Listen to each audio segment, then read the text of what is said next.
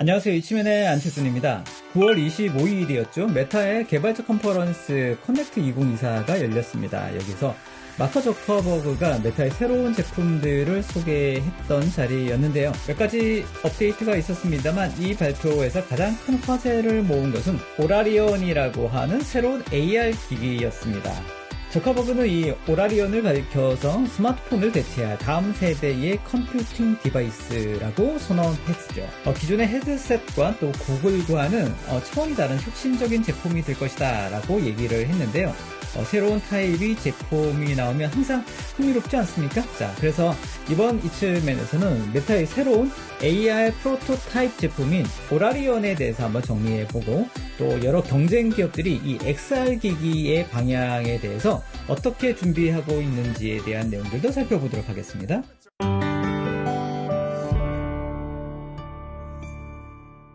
오라리언의 외형적인 측면을 먼저 한번 살펴볼까요? 외형을 살펴보면 전통적인 검은색 뿔테 안경처럼 생겼습니다. 보시는 것처럼 그냥 약간 큰 안경처럼 생겼고요. 그 속에 다양한 디지털 기능들이 숨겨져 있습니다.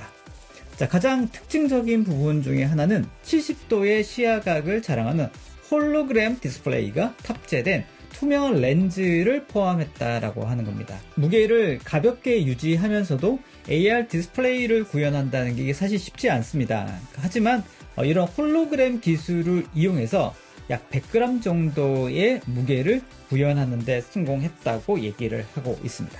다만 이 오라리언에서 사용된 렌즈가 유리라든지 플라스틱이 아니라 특수 제작된 탄화 규소로 만들어져 있기 때문에 단가가 현재로는 매우 높고 제조 공정상의 이슈가 있다고 아직은 얘기하고 있습니다. 이 100g이라고 하는 가벼운 무게와 실제 안경처럼 생긴 이런 자연스러운 형태가 하루 종일 착용 가능한 일상 속에 AR 기기가 가능하다라는 점을 보여주었다는 점에서는 큰 점수를 받을 만한 그런 AR 기기였다고 얘기할 수 있을 것 같습니다.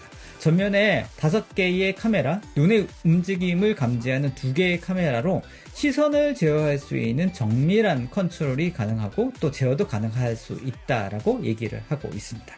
자, 그러면 이번 오라리언의 구성이 어떻게 이루어져 있는지 한번 살펴보도록 하겠습니다. 오라리언은 안경뿐 아니라 손목 밴드 그리고 무선 컴퓨터인 퍽이라고 하는 요소 이 3가지로 구성이 되어 있는데요. 오라리언의 기본적인 제어는 눈동자 그리고 손 제스처를 통해서 이루어진다고 합니다. 하지만 보다 정교한 컨트롤을 위해서 또 보이지 않는 손을 통해서 뭔가 컨트롤하려고 하면 이때 손목 밴드를 사용하게 되는데 그러면 팔을 올릴 필요도 없이 손목의 아주 미세한 움직임을 감지해서 화면을 제어할 수 있다고 합니다. 그리고 이 주머니에 휴대 가능한 크기의 이 퍽이라고 하는 디바이스는 배터리 쪽 프로세싱 부분을 담당하게 됩니다. 무게가 날 만한 부분들을 글래스에서 분리해내면서 약 100g 정도밖에 안 되는 이런 휴대성이 강조된 오라리언의 디자인이 가능해질 수 있었다고 보여집니다. 웨어러블 AR 디바이스 이러면 일단 가볍고 착용이 간편해야 되지 않겠습니까? 이런 부분에 대해서 많은 고민한 흔적이 보인다고 생각됩니다. 자, 그러면 이번 발표된 오라리언 프로토타입을 통해서 어떤 일을 할 수 있는지에 대해서 이번 발표에서 선보인 내용을 중심으로 잠깐 살펴보도록 하겠습니다. 홀로그램 디스플레이가 장착되었다고 말씀드렸죠? 여기에 바로 AI 기능이 또 결합이 되었습니다. 예를 들면 냉장고 안에 음식을 확인하면서 AI에게 요리법을 물어본다든지 또 설거지를 막 하면서 일정을 조절하거나 동시에 친구랑 또 화상통화 같은 것들도 가능해집니다. 예전에 스마트폰을 들고서는 불가능한 일들을 이렇게 쓰게 되는 AR 디바이스를 통해서 이런 형태의 일들이 가능해진다라고 하는 점이죠.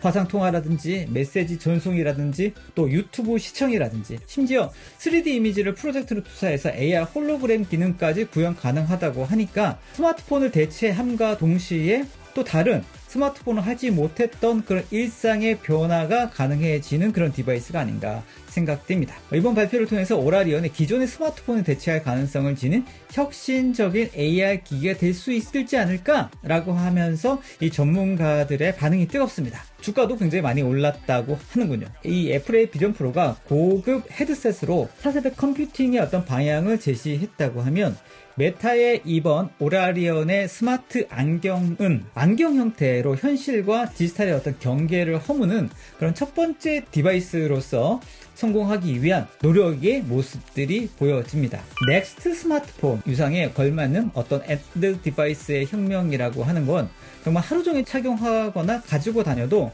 불편해서는 안 됩니다. 그런 의미에서 이 오라리언의 발표가 의미하는 바가 크다고 생각되는데요. 그럼 안경처럼 생겼기 때문에, 그리고 무게도 충분히 가볍기 때문에 그런 측면에서의 장점이 분명히 있다 생각이 듭니다. 그리고 여기에 바로 AI가 들어갔기 때문에 이 AI를 통해서 다양한 동작들이 가능할 수 있다라는 게 이전의 AR 기기가 가지지 못했던 장점을 이제 구현이 가능하다, 이렇게 볼 수 있겠습니다. 특히나 이 AI 쪽은 메타 같은 경우에는 라마 관련된 오픈소스 LLM 영역에서는 아주 독보적으로 앞서 나가고 있고 많이 개발을 투자하고 있기 때문에 그런 측면에서도 오라리언에 대한 기대가 높아지고 있다고 보여지고 있습니다. 오라리언이 이번 발표는 프로토타입입니다. 실제로 저커버거 같은 경우에도 데모를 시연하거나 이런 것들을 보여주지는 않았죠. 이미 녹화된 영상과 설명으로 대체를 했는데요.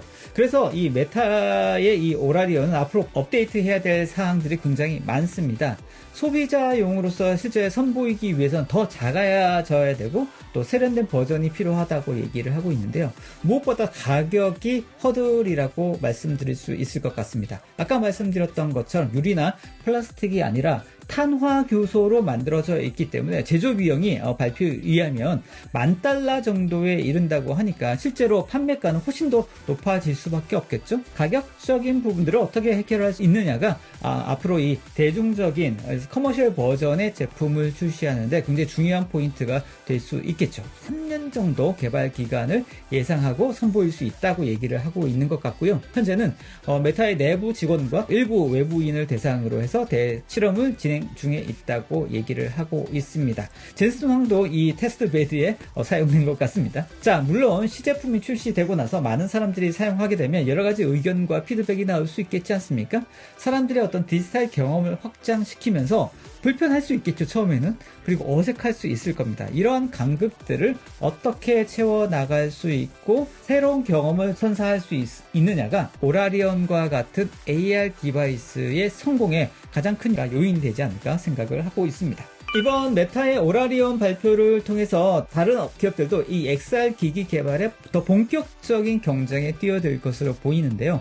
이미 삼성전자, 구글, 퀄컴은 혼합현실 XR 기기를 공동 개발하고 있는 중이라고 지난번에 밝혔습니다. 애플의 비전 프로와 같은 XR 기기가 아니라 이 오라리언 같은 이런 스마트 안경 형태로 출시를 할 가능성이 크다고 보여지고 있는데요. 특히나 퀄컴 같은 경우에는 스마트 안경용 스냅드래곤 AR1이라고 하는 1세대 칩을 준비하고 있다고도 알려져 있습니다. 그리고 애플 역시 비전 프로의 업그레이드 버전을 준비하고 있다고 알려져 있는데요. 2세대 모델 준비하고 있다고 합니다. 이제 M5 칩과 애플 인텔리전스 기능을 탑재할 예정으로 있습니다.